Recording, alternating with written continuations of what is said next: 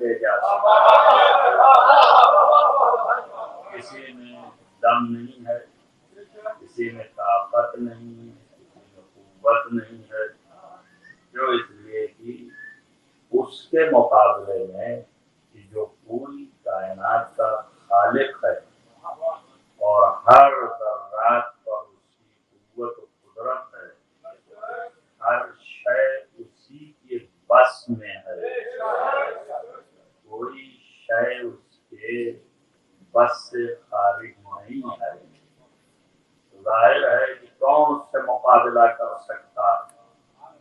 اب اگر کوئی اس سے مقابلہ کرتا ہے تو اس کو آخری جملے میں کہا کہ میں تو کمال تک پہنچا کے رہوں گا، لیکن جو مقابلے میں آئیں گے یہی کافرین ہیں۔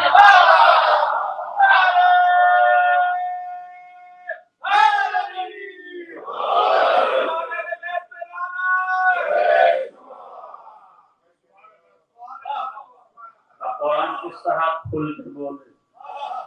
لوگ کہتے ہیں کہ قرآن میں صاف ستھرا نہیں ہے، صاف ستھرا سب کچھ ہے، آپ کا ذہن صاف ستھرا نہیں ہے۔ اگر صاف ستھرا ہو تو آپ کی سمجھ میں آ جائے گا۔ کہیں پر ایسا نہیں ہے کہ قرآن جو ہے وہ کوئی ایسی بات کرے کہ جو دوسروں کے سمجھ میں نہ آئے،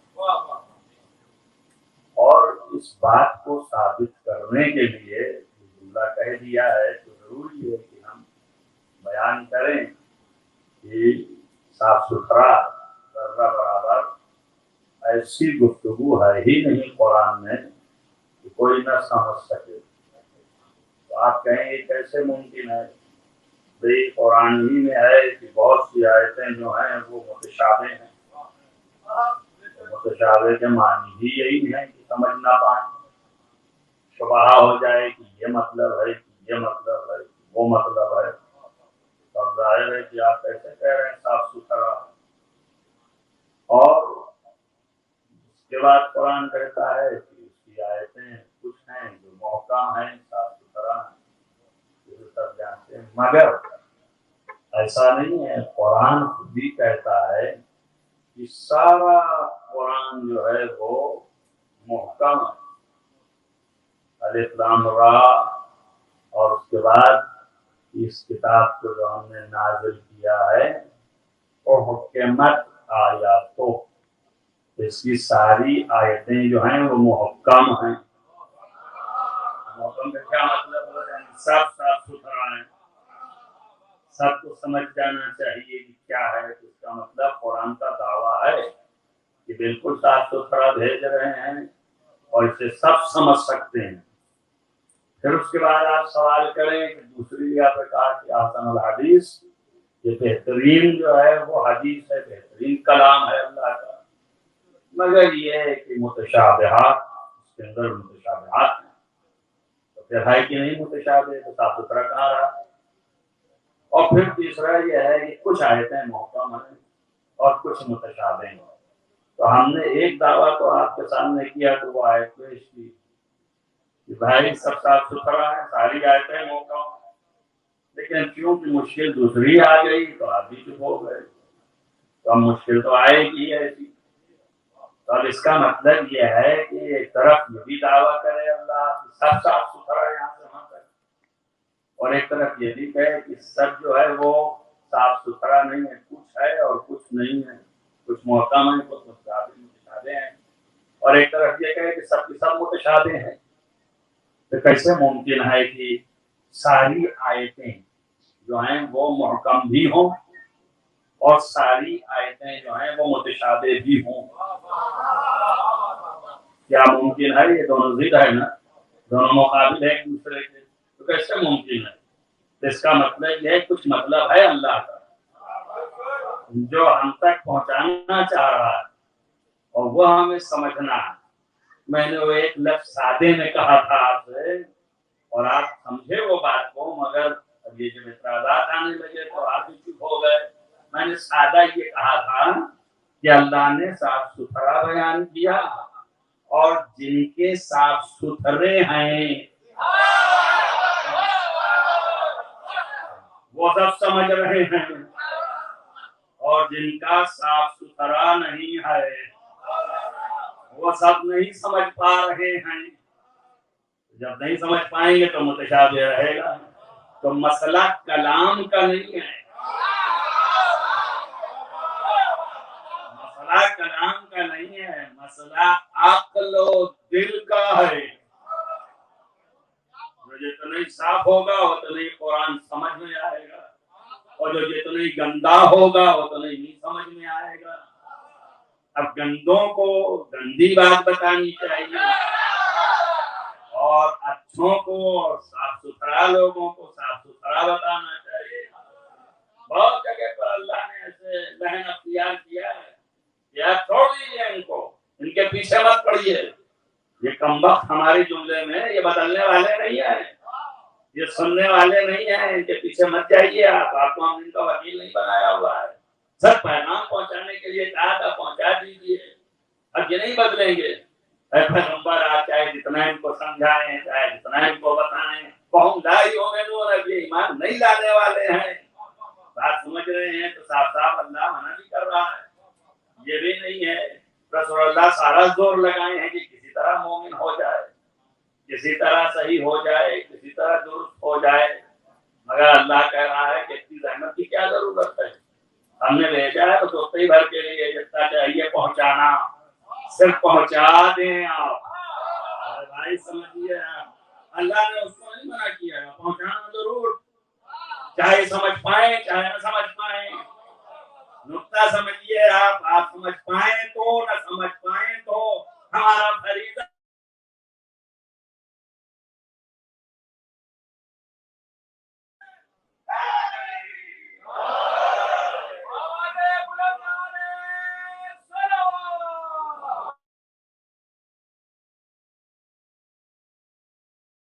ہم اس کے ذمہ دار تھوڑی نہیں کہ آپ سمجھ پائے کہ نہیں سمجھ پائے۔ بہت سے لوگ آتے ہیں، ایسی بات کریے کہ سمجھ سکیں، آپ کی سمجھ کے مالک تھوڑی نا، آپ کی سمجھ آپ کے اختیار میں ہے، میری سمجھ میرے اختیار میں ہے، اور میرا بیان پہنچانا ہے خالی۔ اس لیے کہ اللہ نے بھی اس کے بات کو واضح کر دیا کہ اگر ہم بھی چاہیں تو یہ سمجھ نہیں پانے والے ہیں، ان کو چھوڑ دیجیے۔ آپ چاہے جتنی کوشش کیجیے، آپ دیکھیے ایک مقام پر یہاں تک کا کہ بھائی اگر یہ علم سے سمجھنے والے ہیں تو سارا علم ہم نے بھیج دیا، اس کے بعد بھی نہیں سمجھ سکے، کبھی نہیں سمجھ سکتے ہیں، بالکل نہیں سمجھ سکتے ہیں۔ اگر سمجھانے کا کوئی راستہ ہے اللہ کے پاس آخری، تو وہ بھی استعمال کیا۔ پتہ نہیں آپ کو یاد ہے کہ نہیں یاد ہے، آپ کا ذہن جا رہا ہے کہ نہیں جا رہا ہے۔ رسول اللہ ساری طاقت لگا دیے اور اللہ نے علم اڑیل دیا، اس کے باوجود نہیں مان کے دیے کہ اللہ ایک ہے۔ اللہ نے کہا اس کے علاوہ میرے پاس کوئی اور راستہ نہیں ہے، ایک آخری طاقت ہے جس سے سب سمجھ سکتے ہیں۔ وہ آخری طاقت کو حکم دیا، تب نبی سے کہا کہ اب تو کہہ دے ان سے کہ تو اپنی اولادوں کو لا۔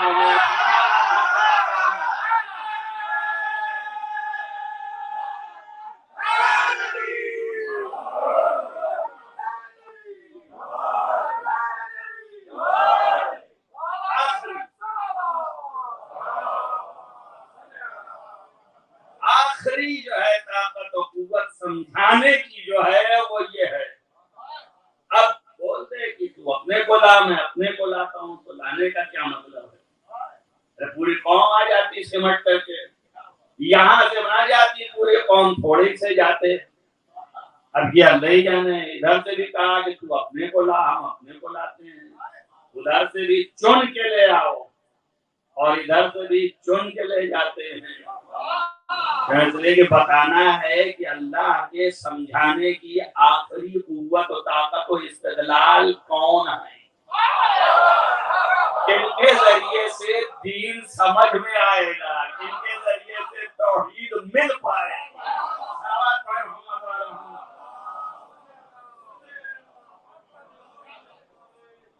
لہذا اللہ نے کہا کہ تم اپنے کو لاؤ، ہم اپنے کو لاتے ہیں۔ اور ظاہر ہے کہ ساتھ ہی ساتھ اب یہ پھر وہی سمجھنے والی بات آ گئی، قرآن کے لفظ یہ ہیں فَقُلْ تَعَالَوْا نَدْعُ أَبْنَاءَنَا وَأَبْنَاءَكُمْ وَنِسَاءَنَا وَنِسَاءَكُمْ وَأَنفُسَنَا وَأَنفُسَكُمْ۔ تو لفظ معنی کیا ہوئے؟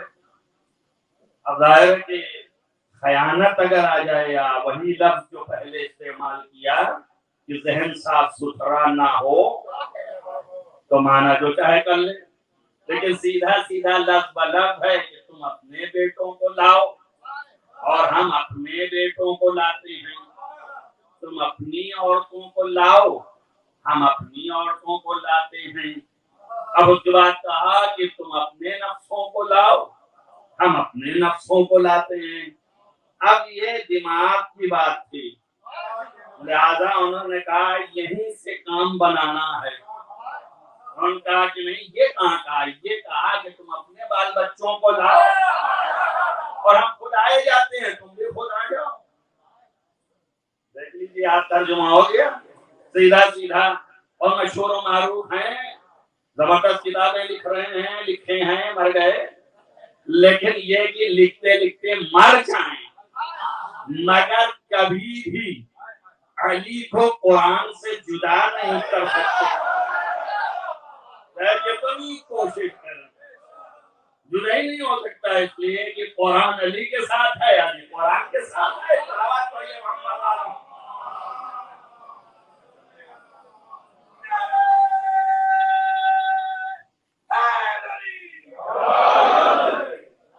سمجھداروں کے لیے جو ہے وہ بول دیا، وَإِلَّا یہ جو ہے حدیث پیغمبر کی مشہور و معروف اور نہ معلوم کتنی محکم و مستحکم اپنی جگہ پر، مگر پھر بھی بات تو وہی ہے نا کہ قرآن ان کے ساتھ اور یہ قرآن کے ساتھ بیچ میں یہ بھی آگے آپ کیا بول استدلال میں تھا اس لیے پڑھنا پڑ رہا ہے، مگر آپ سوچئے کہ یہ ان کے ساتھ وہ ان کے ساتھ تو دو ہو گئے بھائی، یہ ان کے ساتھ وہ ان کے ساتھ تو دو ہو گئے نا، الگ الگ نہ رہے، دو ہو گئے۔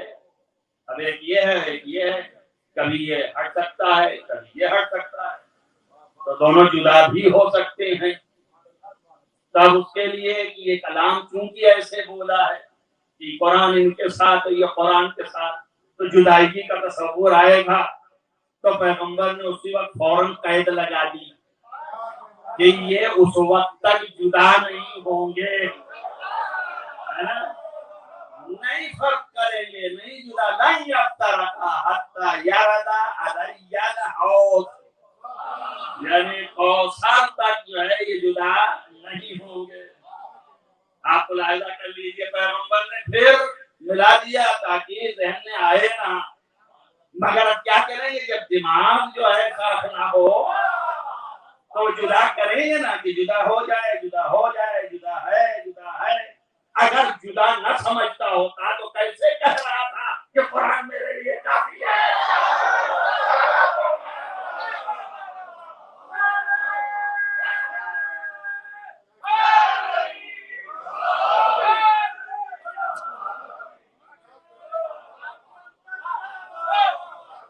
اسے کہتے ہیں کہ آدھی مانو آدھی نہ مانو، حدیث پیغمبر مانو تو پوری مانو، یہ آدھی مانو آدھی نہ مانو کا کیا مطلب ہے؟ اس کا مطلب اعتقاد یہی سے بنتا ہے کہ آپ مجھے اعتقاد کہاں سے آتا ہے؟ اگر آپ پورا سنے ہوتے اور پورا رکھتے ہوتے تو کبھی سوال ہی نہ پیدا ہوتا کہ ہمارے لیے یہ کافی ہے، یا چلیے کہ دونوں ایک ساتھ ہیں، جدا ہو ہی نہیں سکتے ہیں، مگر جدا کیا نا۔ اب آپ دیکھیے باپ سے قرآن کو جدا کرنے کی صحیح اور کوشش کی گئی اور کہا گیا کہ ہمارے لیے کافی ہے، اس کی ضرورت نہیں ہے، لیکن بیٹے نے بعدس کربلا اس بات کو ثابت کر دیا کہ نہ قرآن جدا ہے نہ جگہ جدا ہے۔ صلوات پڑھیں محمد علیہ وسلم۔ ایک ہے، جدا ہی نہیں ہے اور نہ ہو سکتا ہے، تو آپ اندازہ کریں کلام ایک ہی بات ہے، مگر پھر وہی ذہن صاف ہو، میں نے بتا دیا پورا قرآن محکم ہے، اور پھر اس کے بعد اللہ ہی نے کہہ دیا متشابہ ہے، تو اس کا مطلب مسئلہ کلام کا نہیں ہے، ذہن کی صفائی کا ہے نا. ویسے یہاں کلام رسول ہے، اور اگر کوئی اس کلام کو صحیح بتا سکتا ہے تو وہی جہاں پر ذرہ برابر گندگی نہ ہو. اب اس سے بہتر لفظ نہیں ہے اردو میں. لفظ اردو کی یہ ہے کہ گندگی نہ ہو، چاہے اسی کو جو چاہے آپ کہہ لیں، سب کچھ آ گیا اسی کے اندر، سب ہے اس کے اندر. اگر گندگی ہے تو سمجھ نہیں پائے گا قرآن، اور اس کو شک ہو جائے گا، شبہ ہو جائے گا، یہ مطلب ہے کہ وہ مطلب ہے، کیا مطلب ہے. تب چاہیے نا کہ گندگی نہ ہو. ایسے لوگ چاہیے کہ جن کے پاس پاکیزہ اور طاہر اور بالکل سے صاف ستھرا ہوں، کہ جن کے ہاں ذرہ برابر گندگی کا تصور نہ ہو. جب ایسے ہوں گے تو سارا قرآن ان کے لیے محکم ہوگا. ایسے ہی چاہیے، اور ایسے ہی کے ہاتھ میں قرآن بھی چاہیے. بات سمجھ لیں. اور ایک بات آپ سمجھ لیں کہ نبی ہر چیز چھوڑے نہیں ہے، کوئی چیز کہ تک نہ چھوڑے ہوں. سب پہچنوا کے گئے، سب بتا کے گئے کہ کہاں پہ قرآن ہے، کہاں پر حدیث ہے، کس طرح سے ہے، سب اس کے اندر موجود ہے. تب ہر طرح سے پاکیزہ اور گندگی نہ ہو، ذرہ برابر. تب یہ بھی پہچانوانا ضروری تھا. اگر یہ نہ پہچانواتے تو لوگ جانتے کیسے کہ کون پاکیزہ ہے کون پاکیزہ نہیں ہے. اسلام نے تو سب کو پاک کر دیا تھا جو ایمان لے آئے تھے. لیکن بات تو ہو گئے، آپ بھی تو پاک ہیں، جتنے مومن ہیں سب پاک ہیں کہ نہیں پاک ہیں. اس کے بعد پھر کیوں لڑائی لڑتے ہیں کہ گندگی ہے تھوڑی سی. کاہے کی گندگی؟ بھائی آپ سب تو مومن ہیں، مومن پاک ہے. تو معلوم ہوا خالی ایمان پاک کرنے کے لیے جو آیا ہے وہ کسی اور جہت سے ہے. لیکن جب آپ کے اندر وہ ایمان ہو اس طرح کا جس سے آپ پاک ہو جائے. دعویٰ یہ ہے کہ مسلمان جب ایمان لے آیا تو پاکیزہ ہو گیا، اور پھر اس کے اندر اب گندگی نہیں ہے. لیکن پھر بھی گندگیاں دکھ رہی، تو کیسے مانے بھائی؟ اب دو چیزیں ہیں، ایک چیز جو ہے آپ سے دکھتی ہے، ایک چیز جو ہے ذہنی ہے، فکری ہے، لفظی ہے. تو لفظی دعویٰ ہے یہ کہ ایمان آیا تو پاکیزگی ہو گئی. اب اس کے بعد دکھائی دیتا ہے کہ بات چیزیں کی نجاست ہے، گندگی ہے ان کے پاس. خواہ وہ فکری گندگی ہو، خواہ وہ لفظی گندگی ہو، یا وہ معنوی گندگی ہو، جس طرح کی ہے گندگی تو ہے نا. اور اگر گندگی نہ ہوتی تو پھر ہر ایک کی نماز برابر کی رہتی. نماز کا خود فرق بتا رہا ہے کہ گندگی ہے. ایمان نے ابھی بھی ویسا پاک نہیں کیا. اس کا مطلب یہ ہوا کہ ایمان نے ابھی بھی ویسا پاک نہیں کیا. تو اب جہاں ایمان آتی بات ہے، ایمان جو ہے وہ پاکیزہ کرتا ہے. تو جب ایمان ہو پورا تو پاکیزہ ہو جائیں گے. اگر ایمان ہی پورا نہیں ہے تو پاکیزہ کیسے ہوں گے؟ بڑا سادہ لے رہے ہیں آپ، اس کی گہرائی پہ نہیں گئے ہیں. ایمان ہوگا تب تو پاکیزہ ہو جائیں گے. اب کس کے پاس ایمان ہے؟ اس کی تو ایک ہی گواہی ہے، دوسری ملی ہی نہیں. جب خندق میں نکلے گا کل ایمان کیا ہے؟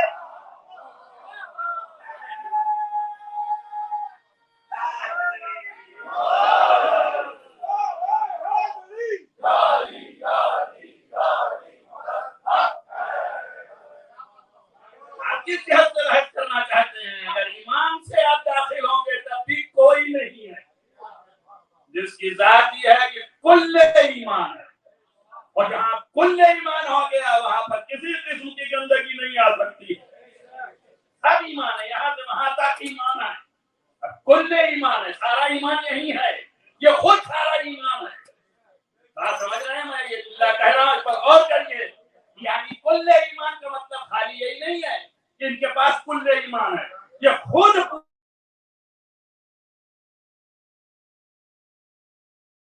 ایمان ہے. توجہ کریں آپ، یہ ایمان سے متداخلہ بھرا ہوا ہے. اس کے ہاں ایمان کی کمی نہیں ہے، بھرا ہوا ہے ایمان سے. لہذا یہ ذہنیت نکال دیجئے کہ جیسے جیسے ایمان بڑھتا ہے ویسے ویسے قوت بڑھتی ہے. وہ ہمارے اور آپ کی یہاں بڑھتی گھٹتی ہے.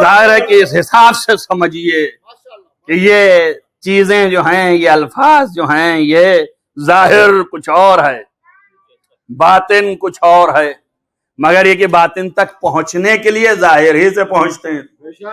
بہت سے لوگوں کے دماغ میں آتا ہے کہ جب باطن کچھ اور ہے تو یہ ظاہر کی کیا ضرورت تھی، وہ باطن کیوں نہیں بتایا؟ بھائی اسی ظاہر سے باطن تک پہنچتے ہیں۔ آپ کی حقیقت ہماری حقیقت دھیرے دھیرے کھلتی ہے نا، جب ملتے ہیں تو پہلی ملاقات میں تھوڑی پتہ چلتا ہے، صورت دکھتی ہے، الفاظ آئے ویسے ہی صورت دکھتی ہے، لباس دکھ رہا ہے اور آپ کے قوائف دکھ رہے ہیں، لیکن دھیرے دھیرے جیسے جیسے زندگی کیا ویسے ویسے آپ کے اندر جو جو چھپا تھا وہ کھل کھل کے آنے لگا، تو اسی ظاہر سے باطن تک پہنچے نا۔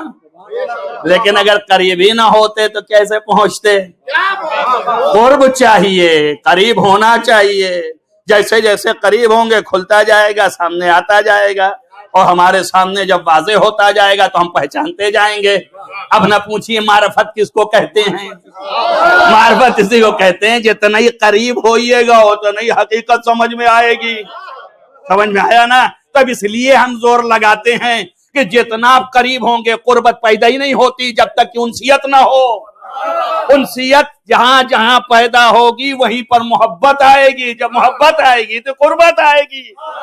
اس لیے زور لگاتے ہیں کہ آل محمد کی محبت اپنے دلوں میں بٹھا لو، اس لیے کہ انسیت پیدا ہوگی، قربت پیدا ہوگی، جب قریب ہوگے تو پھر ان کی سیرت سمجھ میں آئے گی، ان کی حقیقت سمجھ میں آئے گی۔ جو بھی تھوڑا بہت اپنی قوت کے حساب سے اسی ظاہر سے باطن تک پہنچیں گے۔ اب یہ ہر ایک کی درک، ہر ایک کی سمجھ، ہر ایک کی پہچان مختلف ہوتی ہے۔ آپ روزمرہ میں دیکھ لیجئے، ہم بھی ملتے ہیں، آپ بھی ملتے ہیں۔ اب ایک آدمی جو ہے جس سے آپ مل رہے ہیں، آپ کی پہچان کا طریقہ کچھ اور ہے اور ہمارے پہچان کا طریقہ کچھ اور ہے۔ آپ دھیرے دھیرے بہت دور تک پہنچ چکے ہوں گے، ہم ابھی دھیرے دھیرے اوپر ہی اوپر رہ گئے ہیں، سمجھ نہیں پائے اندر تک۔ لہذا معلوم ہے ایک انسان کا سمجھنا بڑا مشکل ہے، ایک انسان کو سمجھ نہیں سکتے۔ ہم اور آپ کیا مسلمان تھک گیا سمجھنے میں، نہیں سمجھ سکتا تھا کہ کیا ہے کیا نہیں، اس لیے کہ سبھی آ گئے، جس کو دیکھو آ گیا، اور پھر 10 ہجری میں تو اعلان ہی ہو گیا کہ سب آ جاؤ، تو سب آ گئے۔ جب سب آ گئے تو کیسے پہچانے کون کیا ہے؟ اب اتنا ٹائم بھی نہیں ہے کہ ساری زندگی ساتھ رہیں تو ایمان کھل کے آئے۔ توجہ کریں، آپ میں کچھ کہنا چاہتا ہوں، کیسے پہچانے؟ اب کوئی معیار ہونا چاہیے پہچاننے کا۔ کب پیغمبر سے پوچھا آپ بتائیے، قرآن بار بار کہہ رہا ہے کہ یہ بڑے منافق ہیں اس کے اندر، یا رسول اللہ سنبھل کر کے، یہ بڑے جھوٹے ہیں، بہت منافق ہیں۔ تو کوئی معرفت کا ذریعہ ہونا چاہیے، پیغمبر نے کہا ایک ہی ہے، دوسرا نہیں ہے۔ تو وہ کیا ہے؟ کہا وہ یہ ہے کہ جب تمہیں پہچاننا ہے تو اسی کے سامنے علی کا ذکر کرتے رہو۔ چہرے کے رنگ بدلنے بدلنے سے پہچان لینا کون ہے کیا ہے۔ صلوات پڑھیں۔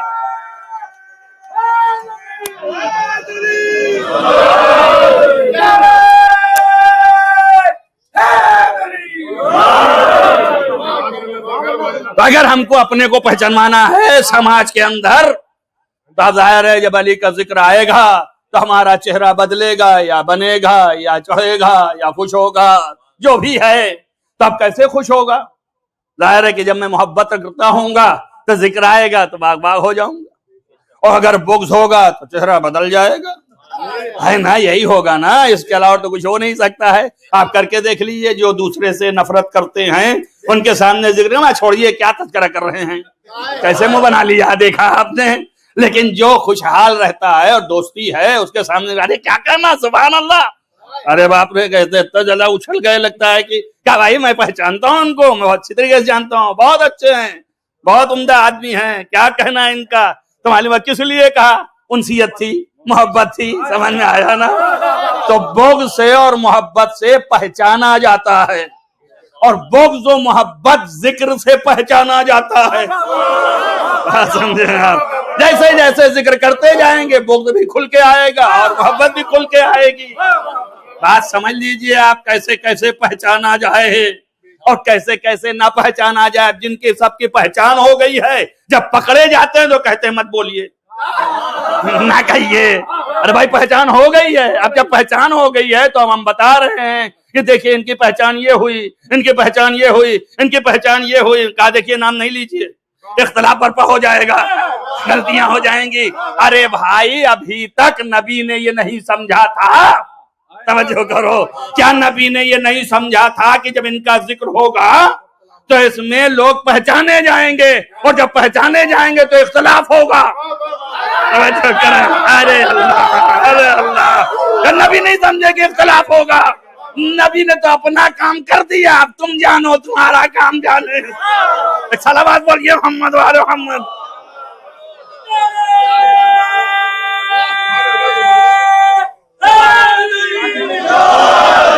ہم سے کہتے ہیں نہ بولیے. ارے بھائی ہم جو ہیں وہ طالب علم ہیں, سیکھتے ہیں کتابوں سے تو بول رہے ہیں. یہ تو ان سے کہیے جنہوں نے لکھا ہے. کیوں لکھا انہوں نے؟ وہ اپنا کام کر گئے, لکھنے والے بھی بیچارے چھپائے نہیں ہیں, حق موجود ہے. آپ دیکھیے اسی کا نام ہے جادو حق کا. سمجھ آیا نا؟ یہ جادو ایسا ہے کہ چاہے جتنا بڑا مبغض ہو, چاہے اتنا بڑا بغض رکھنے والا ہو, وہ بھی حق لکھی کے چلا گیا. یہ اللہ کا کام ہے. آپ سمجھے نا اللہ کیا کہتا ہے؟ اب بچانے کا مطلب یہ تھوڑی نہ ہے کہ کتاب دو دفتی کے اندر جو ہے اس کو بچا لے گا, ہاتھ سے چھنا لے گا اور کہیں رکھ دے گا اٹھا کر کے. یہ مطلب تھوڑی نہ ہے. بچانے کا مطلب یہ ہے کہ جتنا مواد ہم نے بھیجا ہے یہ سب کی سب محفوظ رہے گا, باقی رہے گا. چاہے دشمن کیوں نہ چاہے کہ اس کو مٹائے, مگر وہی دشمن خود سے باقی رکھ کے چلا جائے گا. یہ انتظام قدرت ہے. توجہ کریں آپ, یہ اللہ کا انتظام ہے. ایک صلوات پڑھیں محمد والے محمد. کوئی چیز چھپایا نہیں, حق اسی کا نام ہے, چھپتا نہیں ہے. اور حق کھل کے سامنے آئے, اور اسے پڑھنے کی ضرورت اس لیے پڑتی ہے. بہت سے لوگ کہتے ہیں کہ یہ پڑھیے وہ پڑھیے, تو پڑھیے میں پڑھیے. ارے یہ پڑھیے وہ پڑھیے کا کیا ہے؟ وہ تو جب جب ضرورت پڑے گی تو پڑھ ہی لیا جاتا ہے. خود جانتے نہیں ہیں تو انہوں نے بتایا قبلہ بتائیے, ابھی قبلہ گزر رہے تھے, کہا رک جائیے ایک سوال ہے. کیا ہوا؟ ان کا میں دوسرے شہر سے آیا ہوں اور 2 ہی دن رہوں گا, نماز قصر ہے کہ نہیں ہے. ارے یہ پوچھنے کی بھی چیز تھی, نہیں تھی نہ پوچھنے کی, لیکن نہیں جانتا بیچارہ تو پوچھے گا نا. تو اس نے پوچھ لیا, ہم نے بتا دیا. اب اس کو میں ممبر سے بیان کروں, لیکن وہ پوچھنے والا یہاں نہیں ہے تو میں آپ سے کہہ رہا ہوں پوچھنے والا یہاں نہیں ہے تو پوچھے گا ہی. تو میں بار بار بتاتا پھروں, وہ تو میں بتا دوں گا جب بھی راستے بیچ یہاں وہاں, اور نہ ہم ملے, کوئی دوسرا مومن ملا اس سے پوچھ لیا, آپ جانتے ہیں, اگر وہ جانتا ہے تو وہ بتا دے گا. لیکن یہ چیز ایسی ہے کہ اس میں لوگ بتانے میں بھی ڈریں گے. توجہ کر رہے ہیں آپ, اس میں بھی کترائیں گے, بتائیں کہ نہ بتائیں, کون ہیں, کیا ہیں, کیسے ہیں. تب اس کے لیے ضرورت ہے کہ یہ بتا دیا جائے اور یہ واضح کر دیا جائے, دل میں آ جائے, بیٹھ جائے. اور ایک وجہ اور بھی ہے کہ یہ جو مسئلہ پوچھ رہا ہے اس کے پوچھنے کی نوبت آئی کیوں. توجہ کریں آپ, اس مسئلے کے پوچھنے کی نوبت کیوں آئی؟ یہ وجہ نہیں ہے کہ وہ اسٹریٹ پر تھا اس لیے آ گیا پوچھنے. وہ آیا حسین کے نام پر, وہ آیا آل محمد کے نام پر.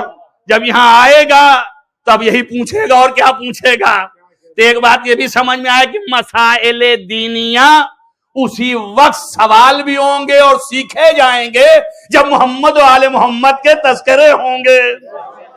بات سمجھ میں آیا نا؟ تو مسئلہ یہ ہے, اللہ تعالیٰ نے انتظام کیا, قائم کیا اور یہ اہتمام کیا. اللہ اکبر, کتنا بڑا اہتمام ہے, کتنا بڑا انتظام ہے اللہ کی طرف سے کہ آپ کے لیے اس نے آیات, روایات, پیغمبر, اولیاء, اوصیاء معنی یہ ہیں اللہ کے نور کے. اب چاہے آپ جو معنی لے لیں, اب وہ کہتے ہیں اللہ کے نور کے معنی جو ہیں یہاں پر, اس دن میں نے اشارہ کیا تھا کہ نور تو خود ہی مخلوق ہے, تو خالق تو ہو نہیں سکتا. تو ان کا اس سے مراد دین ہے. ٹھیک ہے نا, دین ہے. میں وہی تو بیان کر رہا تھا, کچھ اور تو نہیں بیان کیا. دوسرے صاحب نے کہا نہیں, اس سے مراد نور خدا کو یہ چاہتے ہیں کہ بجھا دیں، یعنی دین خدا کو چاہتے ہیں ختم کر دیں۔ تو اللہ کہہ رہا ہے میں اپنے دین کو پورا کر کے رہوں گا۔ اور ایک صاحب نے کہا نہیں صاحب، اس سے مراد اللہ کی حق ہے، یعنی اللہ کا نور، یعنی حق اللہ کا جو حق ہے اسے لوگ چاہتے ہیں کہ مٹا دیں، لیکن بہرحال اللہ اسے پورا کر کے رہے گا۔ دو ہو گئے۔ اب معصومین سے پوچھا کہ اس سے مراد کیا ہے، یہ کتنا سادہ سادہ آسان آپ کے سامنے ہے۔ تو انہوں نے پوری تقریر اسی پہ تھی ابھی تک، تو انہوں نے فرمایا کہ اس سے مراد ہم ہیں، ہماری ولایت ہے۔ ایک صلوات پڑھیے محمد والے محمد۔ اب ایک صاحب کھڑے ہو گئے، ان کا مولانا یہ تین رنگی باتیں کر رہے ہیں، دو رنگی نہیں تین رنگی، کبھی کہتے ہیں دین ہے، کبھی کہتے ہیں حق ہے، کبھی کہتے ہیں آل محمد ہیں، وہ ہیں، ان کی ولایت مراد ہے۔ یہ تین چیز ہیں الگ الگ، کیا مانوں؟ یہ دین مان لوں یا حق مان لوں یا ان کو مان لوں؟ کس کو مان لوں؟ تو ظاہر ہے اپنے اپنے ذہن کے حساب سے بولے گا۔ کوئی کہے گا بھائی حق بہتر ہے، سب پر حاوی ہو جائے گا، حق مان لیتے ہیں۔ کوئی کہے گا دین سے بہتر کیا چیز ہے، دین سب کچھ ہے، دین ہی کو مان لے۔ اور کوئی بیچارہ مخلص ہوگا تو وہ کہے گا بھائی آل محمد ہی کو مان لیا تو کیا اس میں خرابی ہے؟ اب آپ سے میں کہوں کہ چاہے جو مان لیجئے، ہر ایک کا بازگشت اور پلٹ اس کی آل محمد ہیں۔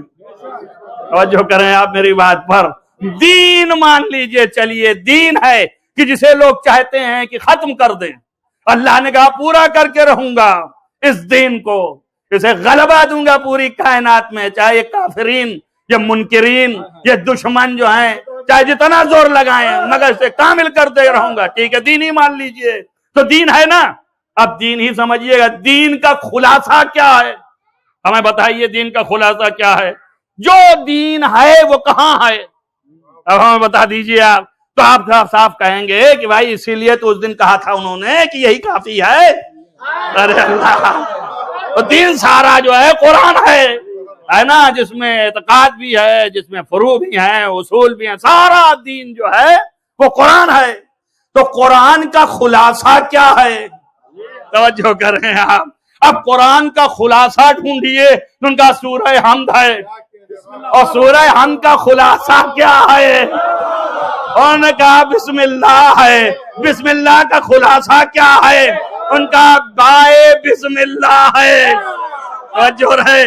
اب بائے بسم اللہ کے ہو جانے کے بعد انہوں نے کہا نحنو نقطۃ التی تحت البا، میں وہی نقطہ ہوں جو بے کے نیچے ہے۔ توجہ کیا؟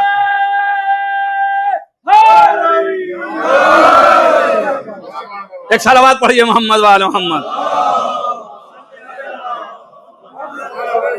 اب میں ظاہر سے باطن پہ جا رہا ہوں، توجہ کر رہے ہیں آپ۔ ظاہر قرآن یہ دین ہے، تو دین کا سمٹ کر کے خلاصہ بائے بسم اللہ، اور بائے بسم اللہ کا نقطہ علی ابن ابی طالب، تو اس کا مطلب دین کے خلاصے کا نام علی ہے نا، یہی تو مطلب ہو گیا نا۔ تو نور خدا،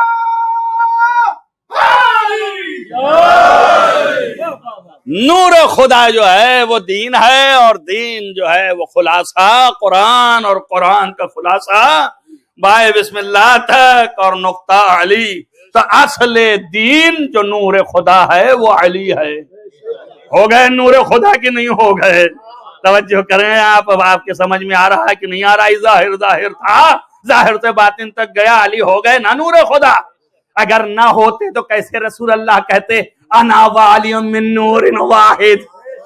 توجہ کریں آپ، کیسے کہتے کہ انا والی من نور واحد، میں اور علی دونوں ایک ہی نور کے دو حصے ہیں؟ یہ بھی نہیں سمجھ میں آتا بہتوں کو۔ وہ کہتے ہیں دو حصے ہیں کا مطلب کیا ہے؟ تو بہت سے لوگ بے وقوف ایسے بھی ذاکرین بھی آتے ہیں ایسے بے وقوف کہ وہ بتانے لگتے ہیں دو حصے میں ایک حصہ نبی ہیں ایک حصہ علی ہیں۔ تو ان کا کیا کہا؟ نبی نبی ہیں، علی علی ہے نا۔ تو اب نبی نبی ہیں تو کیا ہوا؟ ان کا کہ اب اس کو آپ حساب کریے تو دو برابر نبی ہو گئے۔ اور ایک برابر علی ہو گئے. اس میں کیا فرق آ رہا ہے؟ اب کیا پرابلم ہے؟ ایسا ہی ہونا چاہیے. بہت سے لوگ پڑھتے پھر رہے ہیں، یہی نہیں سمجھ میں آتا کہ نور بھی کیا سیب کی پھانک ہو گئی ہے. کہ سیب کو کاٹا آپ نے تو دو حصہ جو ہے ادھر چلا گیا، ایک حصہ ادھر چلا گیا. ہمارا نور ہے یہ نور، یہ جو نور ہے یہ مادی ہے، سمجھ رہے ہیں نا. اور وہ نور جو ہے وہ مادی نہیں ہے. اس کے لیے کیا کہتا ہے؟ اس کا نور جو ہے نور علی نور. آپ جائیے سورہ نور میں، وہاں پہ کیا کہتا ہے کہ لا تمسس کو نار، ایسے نور کو نار نہیں چھوتی، یعنی مادی نہیں ہے. لیکن یہ مادی ہے، اس کو نار چھو رہی نا. بات سمجھ میں آ گئی نا. اس کا یہ حال ہے کہ اس کو کاٹ نہیں سکتے آپ. اگر آپ تقسیم کرنا چاہیں تو کیسے تقسیم کریں گے؟ ہمیں بتا دیجئے تقسیم کریں کیسے کریں گے آپ؟ کیا 20 سے 2 کر سکتے ہیں؟ نہیں کر سکتے ہیں. اب اگر اس کی طاقت لینی ہے تو اسی ایک شمع سے دوسری شمع جلا لیجئے. اللہ اکبر. جتنا اس میں تھا اتنا اس میں آ گیا. اللہ اکبر. سمجھ میں آیا؟ یہ مادی نور کا حال ہے. تو جب وہ نور خالص ہے تو اب نبی کہہ رہے ہیں میں اور علی ایک ہی نور کے 2 حصے ہیں. جہاں سے یہ روشن ہوا وہیں سے میں روشن ہوا. صلوات محمد و علی محمد.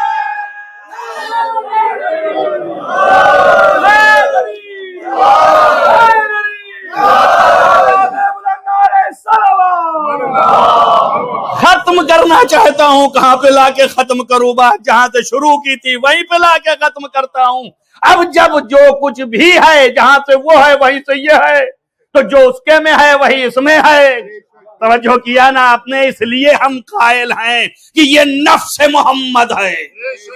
بات سمجھ میں آیا؟ بعین محمد، نفس محمد جو وہ ہے وہی یہ ہے. سمجھ میں آیا نا؟ تو اب یہ تو نہیں ہے کہ جب یہ فرمایا تھا کہ ہم اور علی ایک ہی نور کے 2 حصے ہیں تو کب فرمایا تھا؟ کیا سارا قرآن نازل ہونے کے بعد فرمایا تھا؟ توجہ کرو. یا قرآن کے نزول سے پہلے فرمایا تھا؟ اب جب سب ہے تو نور کب ہوئے؟ یہ قرآن جب نازل ہو گیا اس کے بعد مدینے میں پھر 2 ہو گئے. بتائیے آپ، رسول اللہ جو فرما رہے ہیں کہ ہم اور علی ایک ہی نور کے 2 حصے ہیں، تو یہ کب نور کے حصے ہوئے؟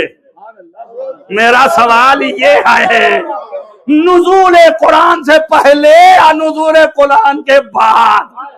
توجہ کر رہے ہیں آپ؟ تو اگر پہلے سے تھے تو جیسے ان کے پاس قرآن ویسے ہی ان کے پاس قرآن. اب سمجھ میں آیا نا؟ اب جو وہ ہیں وہی یہ ہیں. یہی وجہ تھی کہ جنگ صفین میں جب لوگوں نے قرآن کی جگہ پہ جزدان میں اینٹیں باندھ کے ٹانگا اور یہ سادے بیوقوف مغز کے مسلمان جو علی کے ساتھ تھے سب خاموش ہو گئے. جنگ صفین میں یہ سادے مسلمان جن کے دماغ میں فطور تھا اور علی کے ساتھ تھے، کچھ سوچ رہے ہیں اس پر یا خالی خاموش ہیں؟ کچھ سوچ رہے ہیں آپ؟ تو اس کا یہ مطلب ہو گیا کہ علی کے ساتھ ہونا سب کا ضروری نہیں ہے کہ صاحب آئے. ارے اللہ اکبر، اللہ اکبر. ہر وقت